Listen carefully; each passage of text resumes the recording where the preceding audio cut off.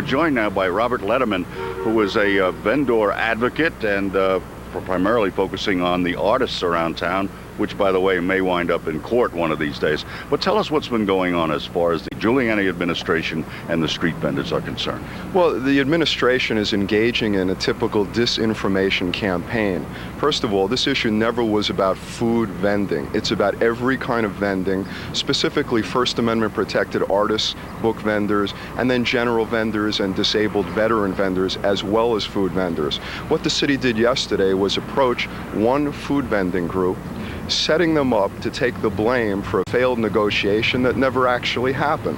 Now, Deputy Mayor Rudy Washington is claiming that they're going to, as retaliation, institute a franchise concession system to punish the vendors. This was exactly what the city had in mind from the very beginning. In other words, you would pay as a hot dog vendor, you would pay a price, a franchise price, just as a cabbie does, to have a specific location. Well, if you look at the hot dog vending spot in front of the Metropolitan Museum, it sells each year for close to $200,000 for one spot. What this would lead to is the elimination of all of today's independent vendors, and I'm talking book vendors, artists, as well as food vendors, who would be replaced by corporate vendors. Barnes & Noble would sell the books, McDonald's would sell the food. The congestion issue would remain exactly the same, and the public's interest would, if anything, have been the opposite of served. There's a new element going to be thrown into the mix, we're told, tomorrow. The mayor's vendor review panel is the one that made the initial report. Will consider even more restrictions effective next month. Well, the city's plan is to eliminate all vending as we know it and continue its agenda of turning over the public spaces of this city, and that includes the parks, to private interests, corporate interests, real estate interests. The New York Civil Liberties Union is getting ready to file a lawsuit on behalf of street artists and vendors against the Street Vendor Review Panel, which, if the city wants to negotiate with us, they need to start talking to the artists and the book vendors. All right. Thanks for being with us. Robert Lederman. Jim, let's go back to you. There'll still be, at the end of all of this, there'll still be the same number of vendors. There'll be the same number of food vendors, there'll be the same number of general vendors, there'll be the same number of vendors selling art or books. In the case of food vendors, there'll be fewer streets on which the same number can do it. Some streets will be eliminated.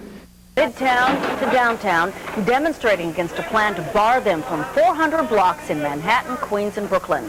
That plan follows an earlier closure of more than 100 blocks to the street carts.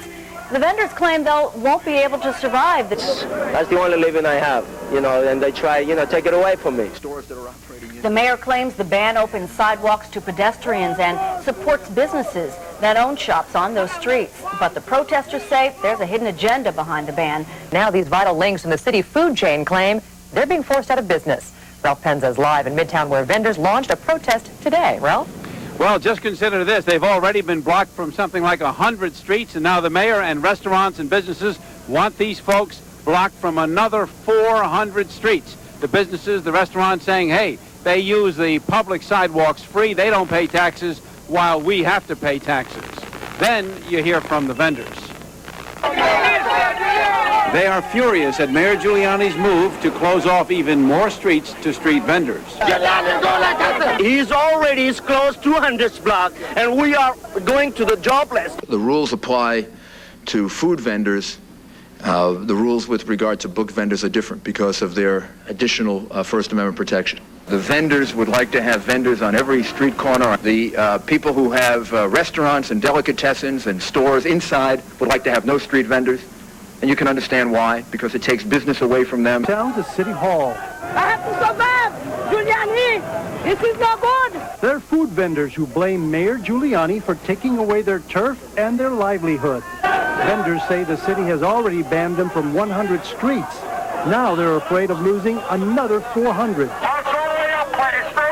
The Street Vendor Review Panel will consider that action in a meeting June 24th.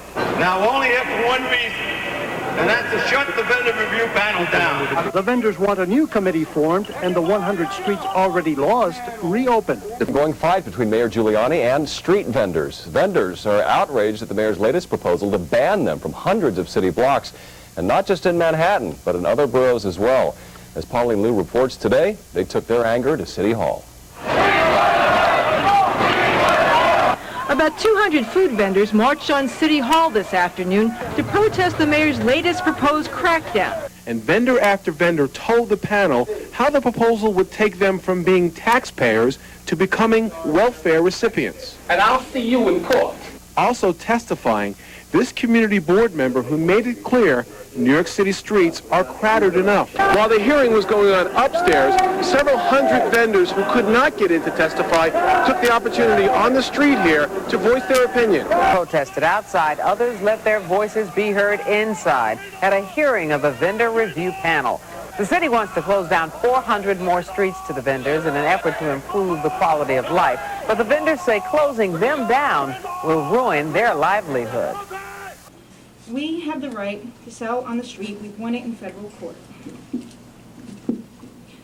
Tourists come to Soho from all over the world because of its reputation for art, and many are amazed to hear that the streets may soon be closed to vendors and artists.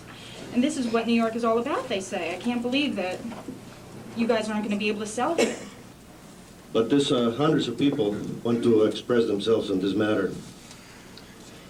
We are here to enforce our First Amendment protected right to be on a public space, our New York City streets and parks, to exhibit and sell our artwork.